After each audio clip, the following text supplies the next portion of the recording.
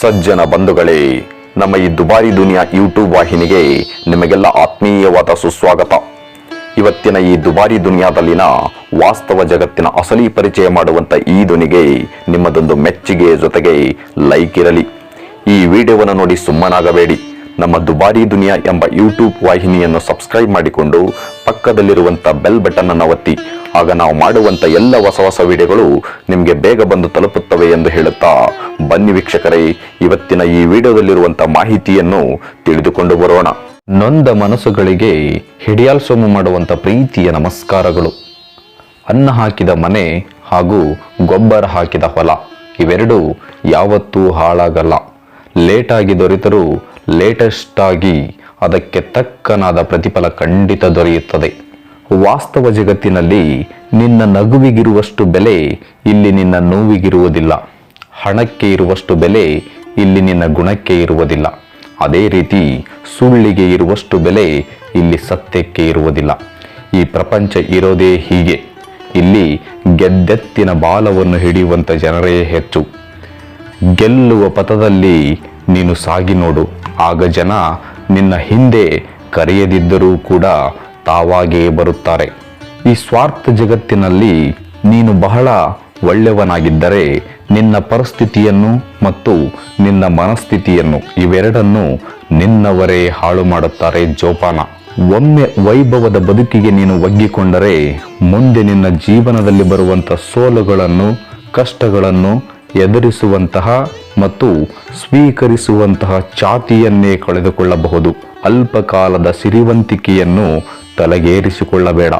ನೀನು ನಡೆಯೋ ದಾರಿಯಲ್ಲಿ ನಿಯತ್ತು ಅನ್ನೋದು ಒಂದಿದ್ರೆ ಸಾಕು.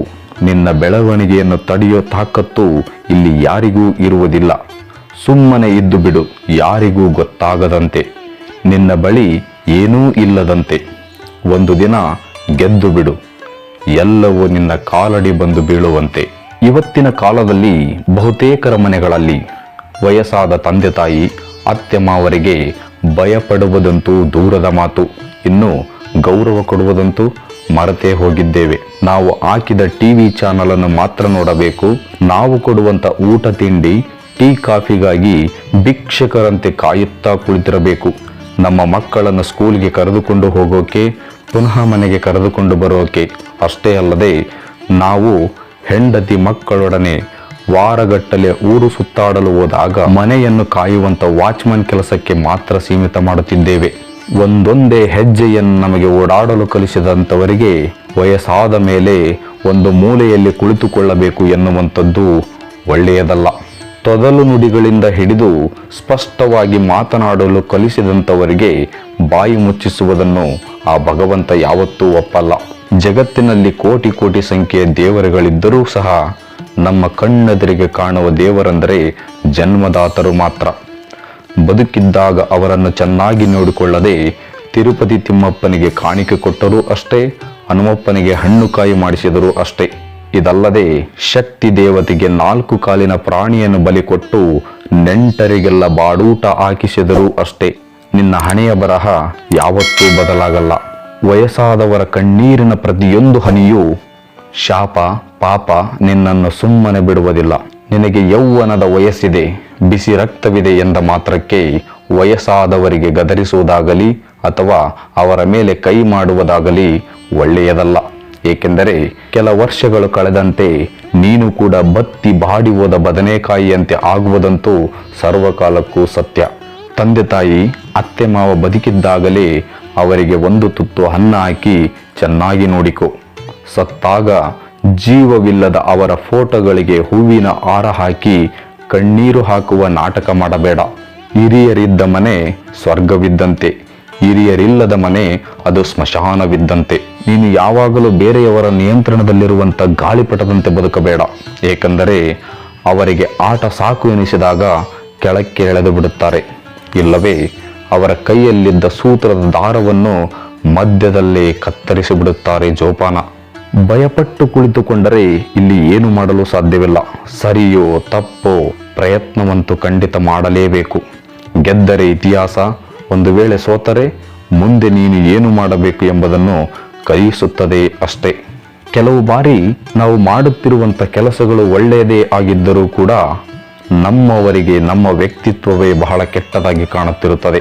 ಕಾರಣ ಇಷ್ಟೇ, ಈ ಒಳ್ಳೆಯತನ ಅನ್ನುವಂಥದ್ದು ನೋಡಲು ಯಾವಾಗಲೂ ಸುಂದರವಾಗಿರುವುದಿಲ್ಲ, ಅದು ಅನುಭವಿಸಲು ಮಾತ್ರ ಸುಂದರವಾಗಿರುತ್ತದೆ.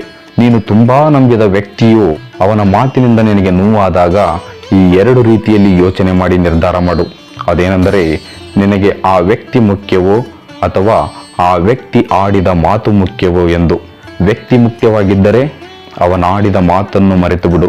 ಒಂದು ವೇಳೆ ಮಾತೇ ಮುಖ್ಯವಾಗಿದ್ದರೆ ಆ ವ್ಯಕ್ತಿಯನ್ನು ಶಾಶ್ವತವಾಗಿ ಮರೆತು ಬಿಡು. ಅದು ಬಿಟ್ಟು ಸುಮ್ಮನೆ ವ್ಯರ್ಥವಾಗಿ ಕೊರಗಬೇಡ. ಹಸಿವು ಚೆನ್ನಾಗಿದ್ದರೆ ಊಟ ಕೂಡ ಚೆನ್ನಾಗೇ ಇರುತ್ತದೆ, ಇಲ್ಲದಿದ್ದರೆ ಅಮೃತ ಕೊಟ್ಟರೂ ಹಳಸಿದಂತೆ ಭಾಸವಾಗುತ್ತದೆ. ಮಾತುಗಳನ್ನು ಯಾವತ್ತೂ ಎಣಿಸಿ ನೋಡಬಾರದು, ತೂಕ ಮಾಡಿ ನೋಡಬೇಕು. ಹೆಂಡತಿಯ ಸೌಂದರ್ಯ ಗಂಡನಿಗೆ ಕಾಣುವುದಿಲ್ಲ, ಗಂಡನ ಒಳ್ಳೆಯ ಗುಣ ಹೆಂಡತಿಗೆ ಕಾಣುವುದಿಲ್ಲ. ಜಗಳ, ವೈಮನಸ್ಸು, ಕಿತ್ತಾಟವಿದ್ದರೂ ಸಹ ನಂಬಿಕೆಯಿಂದ ಕೊನೆಯವರೆಗೂ ಜೊತೆಯಾಗಿ ಬದುಕುತ್ತಾರೆ. ಇದೇ ನಿಜವಾದ ದಾಂಪತ್ಯ. ವೈದ್ಯರ ಸುತ್ತಲೂ ರೋಗಿಗಳು ಇರುವಂತೆ ಒಳ್ಳೆಯವರ ಸುತ್ತಲೂ ಕೆಟ್ಟವರೇ ಇರುತ್ತಾರೆ. ನಿನ್ನ ಬಗ್ಗೆ ಮಾತನಾಡಿಕೊಳ್ಳುವವರ ಬಗ್ಗೆ ತಲೆಕೆಡಿಸಿಕೊಳ್ಳಬೇಡ.